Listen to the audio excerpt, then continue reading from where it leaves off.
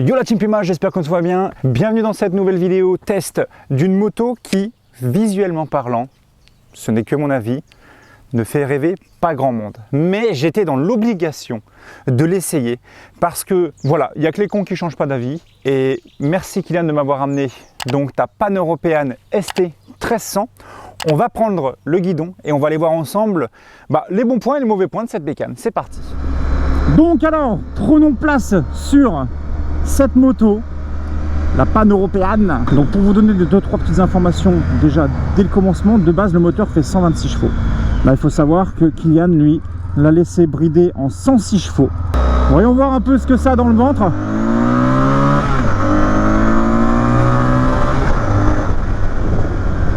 Ah, c'est assez marrant parce que le moteur, on est sur un 4 cylindres en V, mais sachez que on a 125 Nm de couple.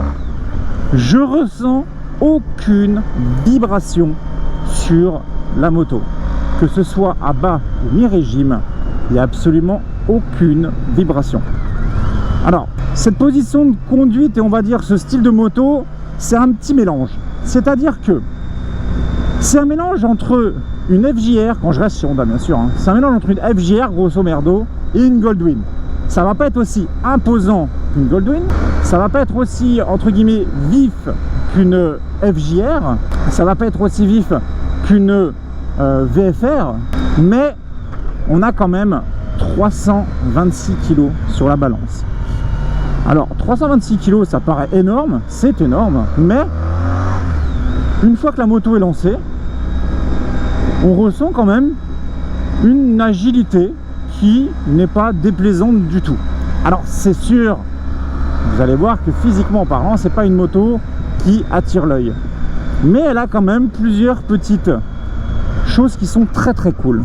Alors on va s'arrêter vite fait autour de la moto pour essayer de comprendre le pourquoi du comment. Il y a beaucoup de gens qui roulent en Pan-Européenne, mais c'est des motos qui sont un petit peu, on va dire, mis de côté en termes de design et en termes de sensations. Alors moi, mes premières sensations de conduite, comme j'expliquais, c'est vraiment une bécane que je ressens souple, une moto qui finalement, même si elle paraît énorme et avec un énorme poids, finalement en fait elle est quand même vachement cool à conduire. Cette moto là, si on devait vraiment la décortiquer du devant vers l'arrière, premièrement voilà, il y a quelque chose de très cool comme j'ai pu montrer donc en roulant. On a donc cette bulle réglable, voilà, électroniquement, ça c'est pas mal. On a un petit bouton sur la gauche ici qui permet en fait de régler les feux. Vous pouvez monter ou descendre vos feux avec la molette. Donc ça c'est quand même quelque chose de cool pour une moto de 2004. On peut régler la hauteur de ses feux. Donc quand tu es chargé pour descendre un petit peu ton faisceau, éviter d'éclairer les arbres. Cette moto là est équipée donc d'un ABS avant et un ABS arrière et bien entendu le freinage est couplé. Donc ça c'est quand même intéressant, la moto freine à plat, c'est vraiment cool. Écoutez-moi un petit peu ce son.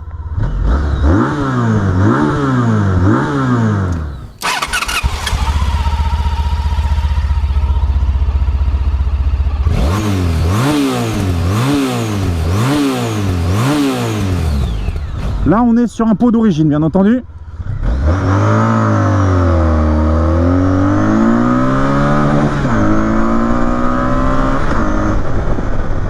C'est vraiment marrant parce que, vous voyez, là je peux vlogger avec,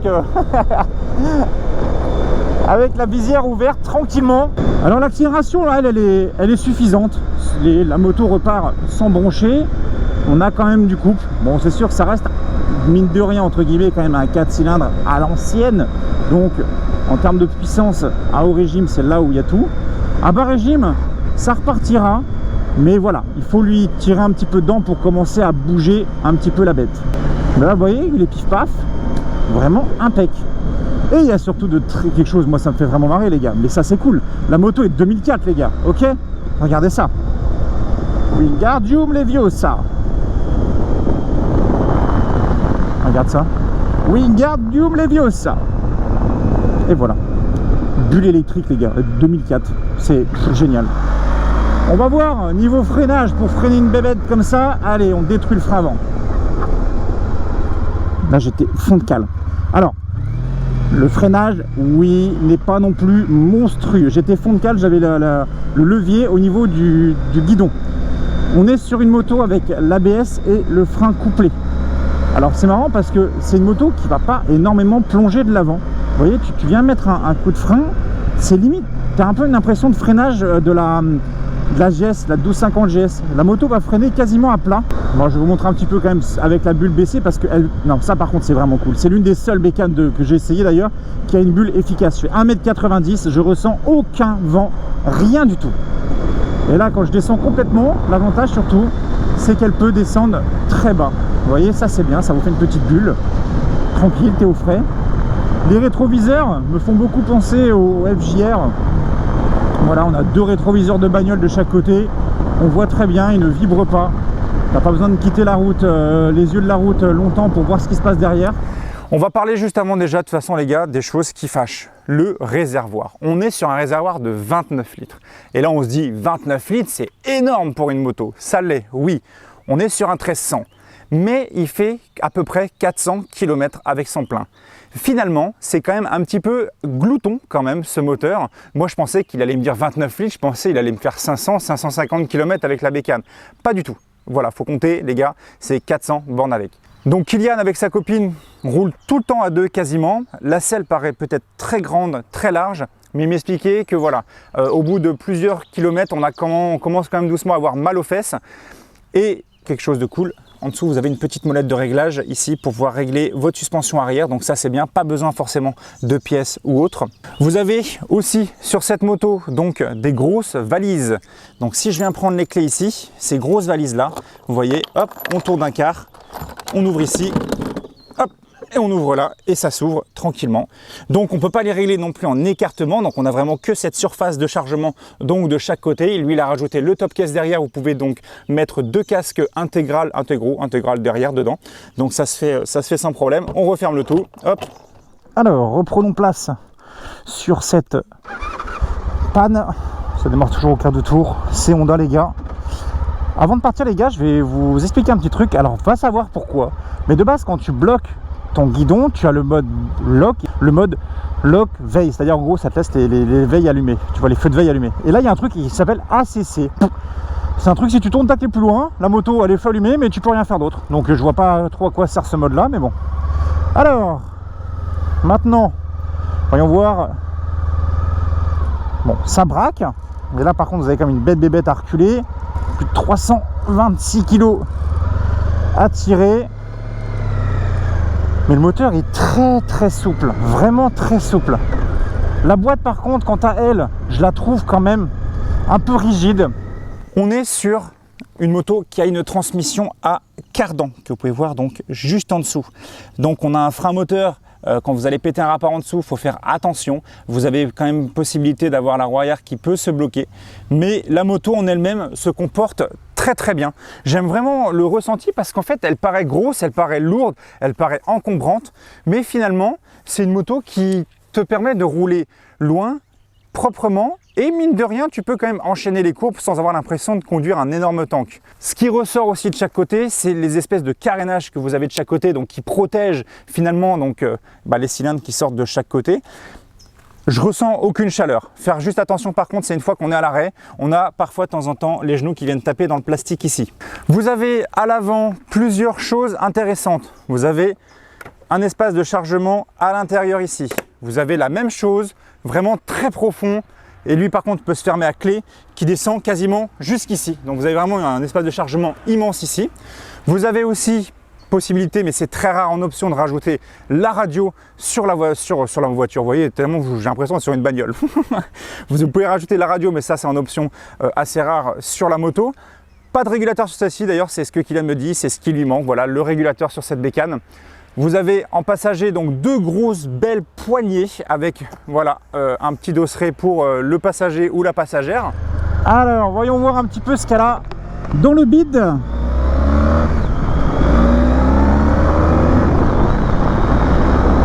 On va remonter un peu la bulle histoire de ne pas avoir trop de vent. Voilà. Bon alors.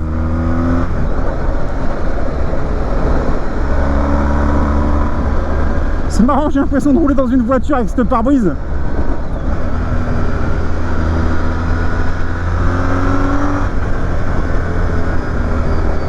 Bon, clairement les gars, ça va pas être une moto pour aller chasser les chronos. Ça c'est sûr et certain. Mais d'ailleurs, c'est même pas ce que demande entre guillemets la clientèle de ce genre de bécane là. Ce genre de bécane là, les gens qui vont l'acheter, ils demandent quoi? Alors déjà, attendez, il faut que je regarde un truc avant. C'est... Là, je suis en première, deuxième, troisième, quatrième, cinquième. Donc, boîte 5. Mais vous voyez, boîte 5, quand tu, admettons, là, tu es à cette vitesse, tu veux repartir, ça repart sans broncher. Et ça ne vibre pas. Et c'est ça qui est propre. C'est que tu peux te permettre de rouler couler propre. On va peut-être redescendre un rapport. On va tester un peu le frein arrière. Alors, si je l'écrase complètement, maintenant. Oh! Oh, ça te freine la moto pour une fois. Et l'ABS s'active ou pas? Alors l'ABS s'active très tard. Hein. On le sent même quasiment pas. Mais pour une fois d'ailleurs, on a un ABS qui te freine vraiment la bécane. Pour ce qui est du freinage, on est sur un freinage donc Nissin en axial endurite classique. Croyez-moi les gars, le freinage quand même, faut prendre un petit peu tes distances. Ça freine, mais ce n'est pas non plus quelque chose de fou. Il y a quand même 326 kg à freiner, plus moi tu rajoutes 100 kg, on a 426. Tu rajoutes encore quelqu'un derrière, il y a quasiment 500 kg à freiner sur voilà, des petits étriers Nissin en axial. Voilà, même si le freinage est couplé, je vous conseille quand même de faire attention lors de vos phases de freinage. Ce que Kylian va changer à l'avant, lui, c'est au niveau des rétroviseurs. Vous avez les clignotants intégrés dedans. Donc ils sont orange, il va les passer en blanc. Comme ça donne un côté un peu plus homogène, quelque chose de plus sympa. Je vais aussi conseiller à l'avant au niveau des tubes de fourche avec de la paille 000 ainsi que du bel gomme alu. Moi, c'est comme ça que j'ai rattrapé mes tubes de fourche avant de mon CB500. Et un peu d'huile de coude et ça te les rendra tout neufs. Quelque chose de très cool et bien pensé pour ce type de moto là, c'est lorsque vous allez mettre cette bécane là sur béquille centrale. Tout le monde se galère à venir appuyer avec ton pied ici et à tirer ici avec ta poignée là. Et là les gars, Honda s'est dit mais non mais les gars, on va mettre une petite poignée ici. Hop, si j'arrive à la sortir, voilà, une petite poignée ici pour choper ta moto et tirer. Et c'est beaucoup plus simple. Donc c'est quand même bien pensé. Moi je trouve, je valide cette petite invention là. Les suspensions avant ne sont pas réglables, mais on a plus une impression de flottement au niveau de l'arrière que de l'avant. Je sais à peu près où va mon train avant. Le tresson reprend bien.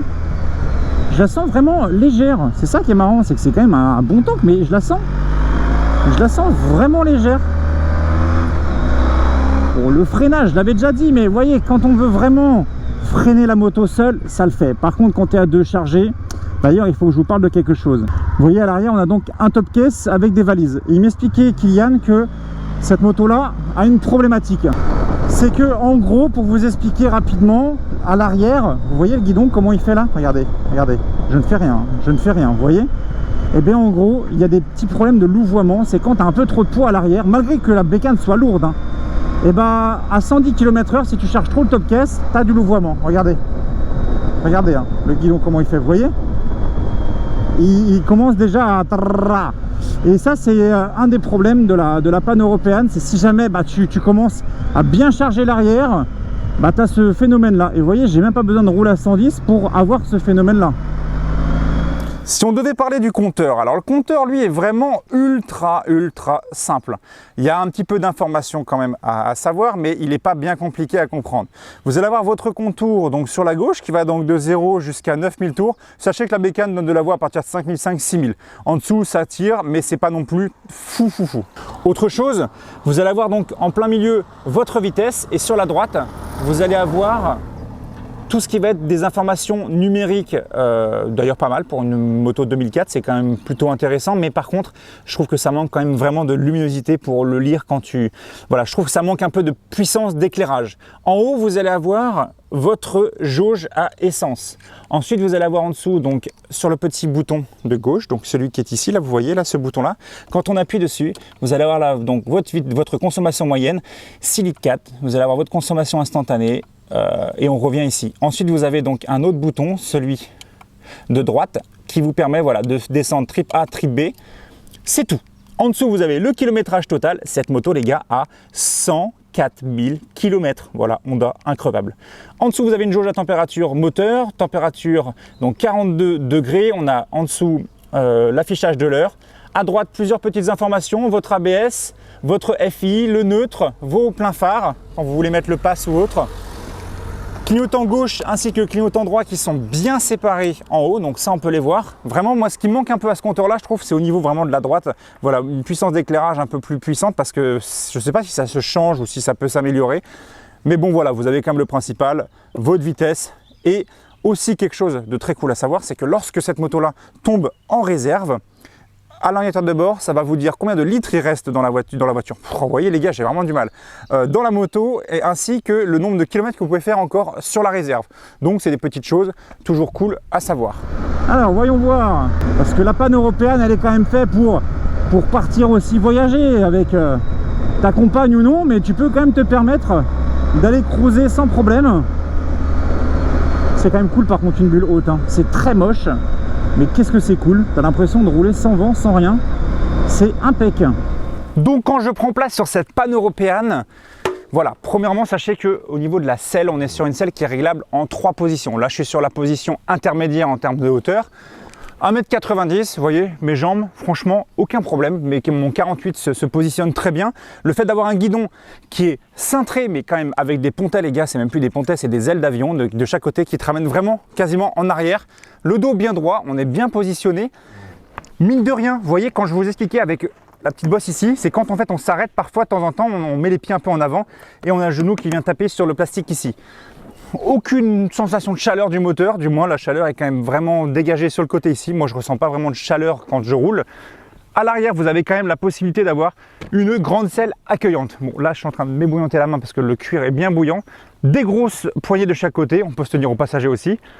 Pas de souci au niveau des cale-pieds aussi à l'arrière passager, ils sont quand même bien décalés, donc si jamais même quelqu'un a des grands pieds derrière, ça se pose sans aucun souci. Le fait aussi d'avoir une sorte de petit dosseret sur le top case derrière, intéressant, quand on fait gueuler un peu les 106 canassons de cette bécane là. Voilà, le réservoir lui est quand même pas très long, mais quand même très large. La moto donne une impression vraiment de plastique à l'avant, une impression de grosseur, mais quand on la conduit finalement, c'est quand même plutôt cool. Vraiment, ouais, aucune vibration les gars, je ressens aucune vibration. Vous voyez, si jamais vous voulez vraiment reprendre la moto d'un coup, vous voyez, vous pouvez vraiment lui mettre de l'angle. Vraiment, c'est impec, hein. Bon je vais essayer de lever, hein. Alors, est-ce que tu peux poser le genou en panne européenne? J'ai envie de te dire, tu me mets le défi, ouais, je pense que tu peux aller le poser. Ça se fait sans aucun problème. Mais c'est pas du tout la philosophie de cette bécane, hein. Vraiment cette bécane là, c'est rouler au couple, cruiser un petit peu. Et vous voyez les gars, vous voyez, il y a que les cons qui changent pas d'avis. Cette moto, je la voyais toujours un petit peu rouler à droite à gauche, toujours avec des petits vieux qui conduisaient, tout ça. Franchement, elle a quand même des bonnes petites qualités. Il a quand même acheté 3009 les gars, 3009, 100 000 bornes, increvable. T'as quand même la bulle électrique, t'as les feux électriques, t'as quand même un moteur 1300 avec du couple, donc tu peux quand même rouler à deux sans forcément péter des rapports, la moto va repartir, même si elle est bridée en 106 chevaux. Non, franchement, il y a des bonnes petites qualités, moi j'aime bien, t'as des espaces de rangement, t'as les valises, t'as tout ce qu'il faut pour partir en voyage loin et sans problème, peut-être une selle confort, c'est vrai que là j'ai le fessier qui commence doucement à avoir un peu mal. Bon, en tout cas, merci beaucoup à toi Kylian, n'hésitez pas, abonne-toi à ma chaîne YouTube, je te fais plein de gros bisous et à la prochaine, ciao ciao.